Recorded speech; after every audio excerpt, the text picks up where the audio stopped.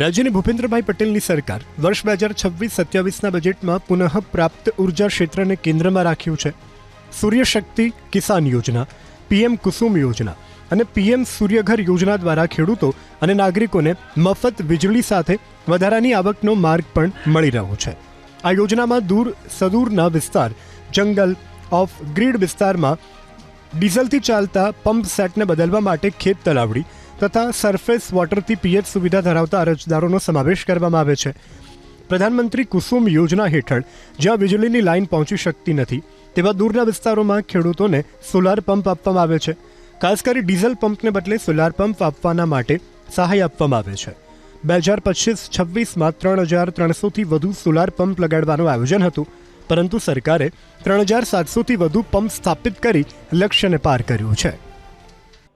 Solar, wind and hybrid renewable energy અને green હાઇડ્રોજનથી green ગ્રોથનો છે.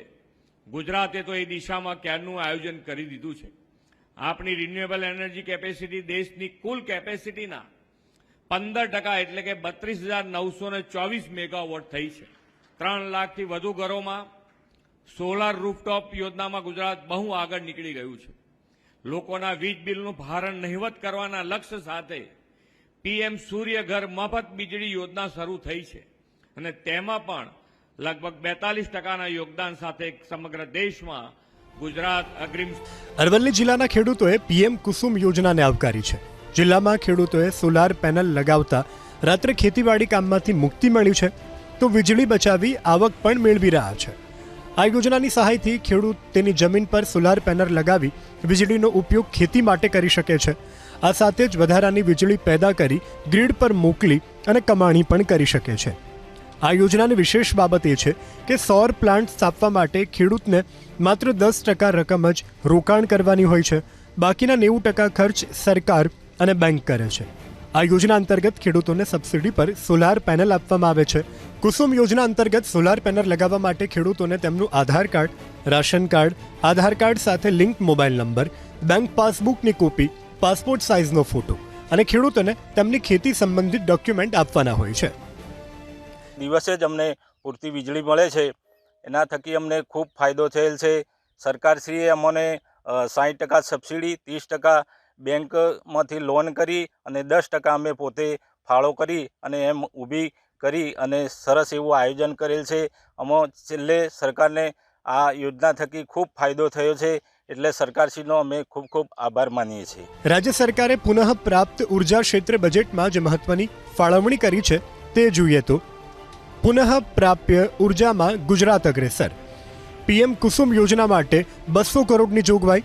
રાજ્યમાં ઇલેક્ટ્રિક વ્હીકલ ચાર્જિંગ ઇન્ફ્રાસ્ટ્રક્ચર માટે 50 કરોડની જોગવાઈ. ખેતીવાડી માટે સર્જન યોજના અંતર્ગત 25 કરોડની જોગવાઈ.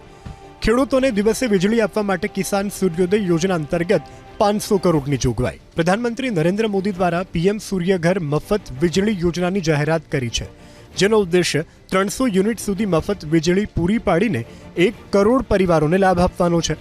રાજ્ય સરકાર દ્વારા પીએમ સૂર્યઘર મફત વીજળી યોજના હેઠળ રાજ્યના નાના અને મધ્યમ વર્ગના વીજ ગ્રાહકોને વીજ ક્ષેત્રે રૂફટોપ સોલાર સિસ્ટમ આપવાની આત્મનિર્ભર બનાવવા પ્રોત્સાહન આપવાનો હેતુ છે.